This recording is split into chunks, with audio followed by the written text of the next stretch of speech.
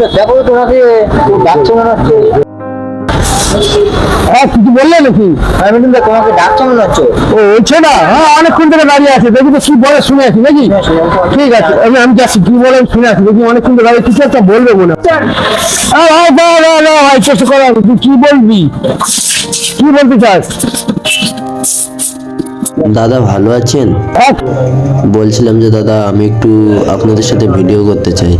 তুমি আমাদের সাথে ভিডিও করবে, এই ব্যাপার, তাই জন্য তুমি এতক্ষণ দাঁড়িয়ে দেখছো? তুমি নিজেকে দেখেছো?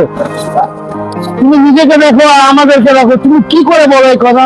দাদা আমার অনেক দিনের ইচ্ছা। ঠিক আছে তোমার ইচ্ছা বুঝেছি, তুমি কষ্ট করো, খাটতে হবে। আগে দেখো কিভাবে আমাদের ভিডিওগুলো শুট চলে, আসবে পরপর দেখবে।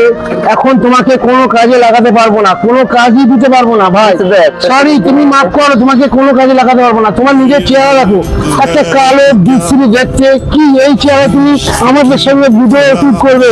কি করে হয়? তোমাকে পারবো না নিতে ভাই, তুমি মাফ করো, সরি। আগে নিজেকে দেখো, বুঝেছো? যাও, কোথা থেকে মুখ উঠিয়ে চলে আসে। ঠিক আছে দাদা, ভালো থাকো। যাও যাও।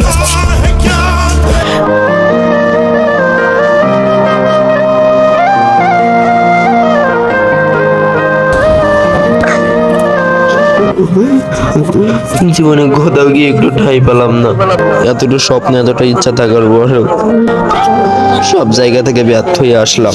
আজ কালো বলে আমাকে কেউ দাম দেয় না।